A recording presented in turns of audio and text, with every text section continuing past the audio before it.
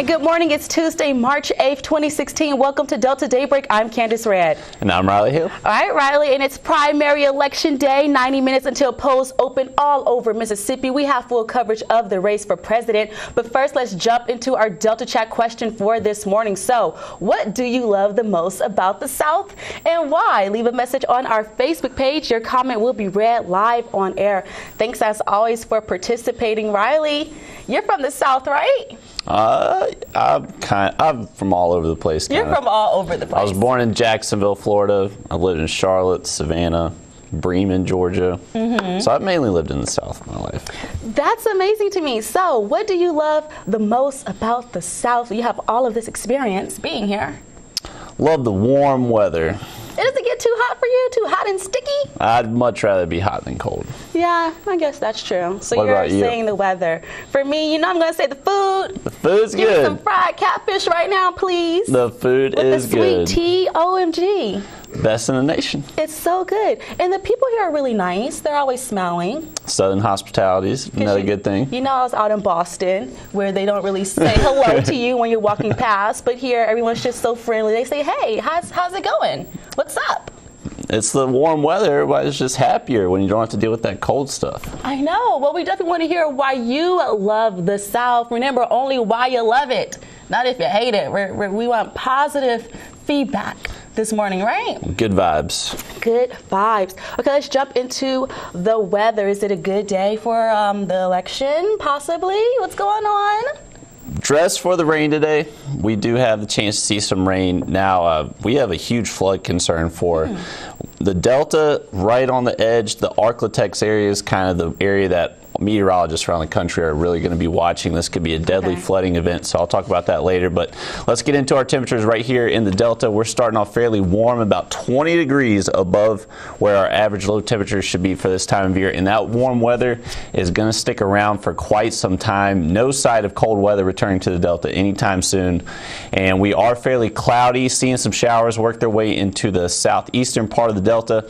And that is going to continue today. So we do have the threat to see some showers, possibly a thunderstorm later today. Our temperatures are going to be very warm, into the mid to upper 70s today. Now, more rain heading our way tonight, tomorrow, Thursday night, Friday, into the weekend. So it is just going to be a fairly warm, rainy setup here for us across the Delta, but more on that coming up in just a little bit. All right, thanks, Riley. Definitely happy to see you back here at the desk after enjoying your vacation. Same to you, Candace. Great to be back. All right, let's go ahead and jump into your top news stories. So, the state of Mississippi is holding its presidential and congressional primaries today, and the state will award 40 Republican and 41 Democratic delegates, where Republicans Donald Trump and Ted Cruz campaign in Mississippi on Monday. Don Champion reports. Campaigning in Mississippi Monday night, Donald Trump kept Ted Cruz in his crosshairs. Lying Ted Cruz, who really is a liar. He is really a liar. Trump leads Cruz by only 80 delegates. Cruz claims he's the only candidate who can beat the billionaire. If you vote for anyone else, a vote for John Kasich, a vote for Marco Rubio, is effectively a vote for Donald Trump.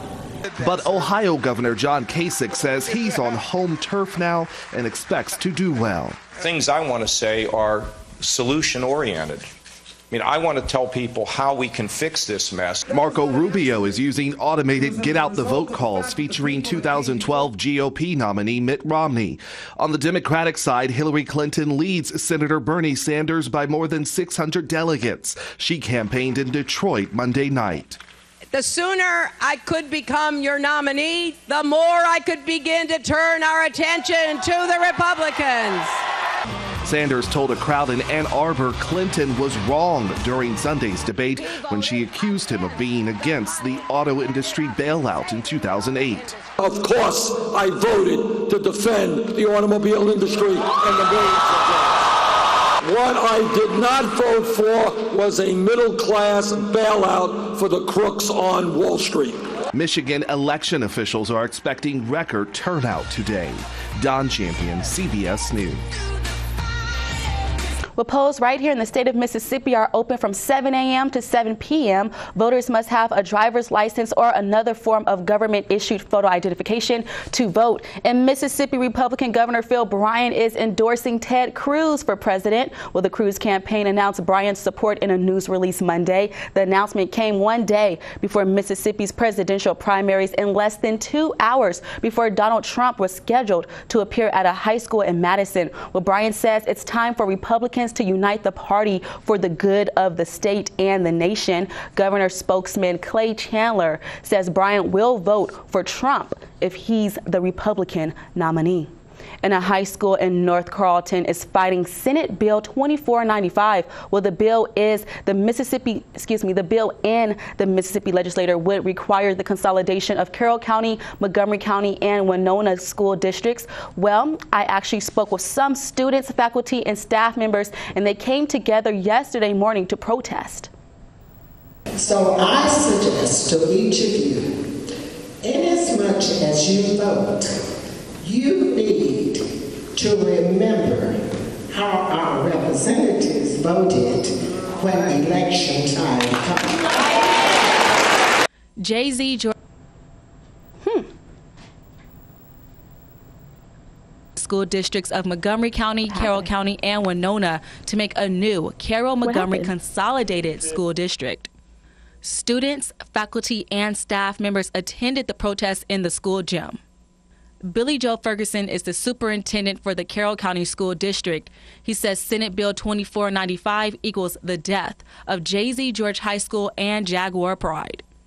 In a press release, Mississippi Lieutenant Governor Tate Reeves says consolidating districts is about putting more money in the classrooms and less in the district office. Combining districts allows these communities to draw on a larger tax base to direct more money to classroom needs such as teachers, AP classes, or technology.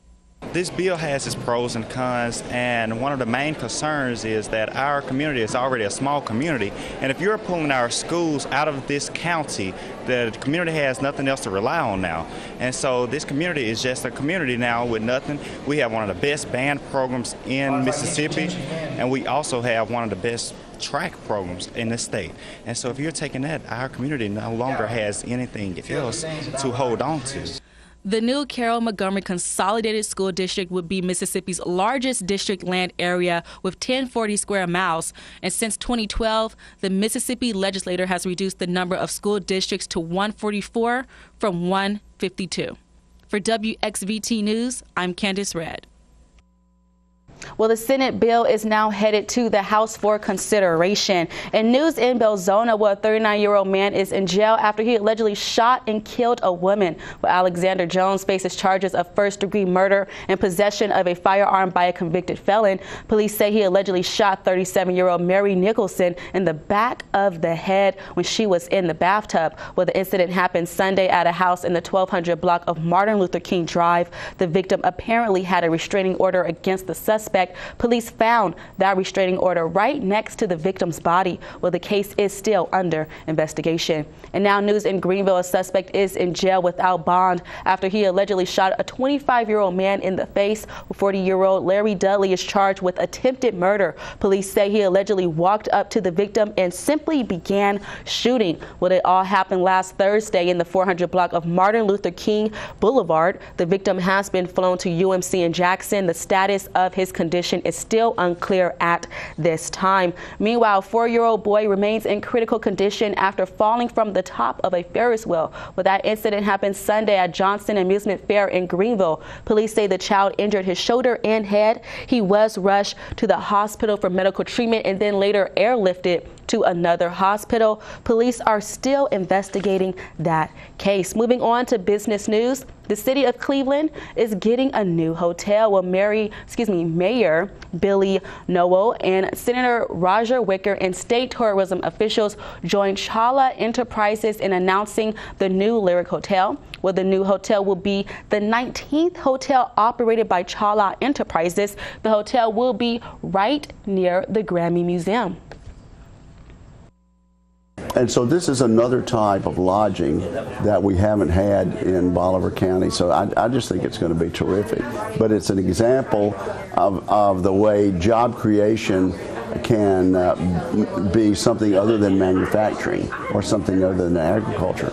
Not just a hotel, a spa, a restaurant, a bar, entertainment in the lobby 7 days a week. We realize that's the new demand in Cleveland, Mississippi because of the Grammy Museum. The hotel is expected to open in about a year, but the groundbreaking is set for next month. And the United Way of Washington County wants you to attend its annual meeting. Well, the meeting is scheduled for Wednesday at noon at the First Presbyterian Church in Greenville. So you can expect a picnic lunch with ice cream from Scoops Ice Cream and Grill. The lunch is sponsored by Monsanto Company in Hollandale. All right, and now it's time for Today in History. So on March 8th, back in, I don't even know the year. Oh no. Okay, so back in 1993. Okay, there we go. So MTV airs the first episode of Beavis and Butthead. Now I know this is Riley's favorite show. He has all the DVDs. Well, it became the network's highest rated animated series up to that point.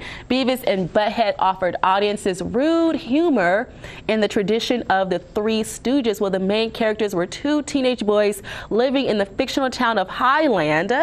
I wonder what they were doing there. They attended school, but spent most of their time eating junk food, which I love to do, and watching music videos. And let's not forget, they always talked about girls, right? So the success of Beavis and Butthead led to, get this, the creation of other shows just like Dari and King of the Hill, which is one of my favorites.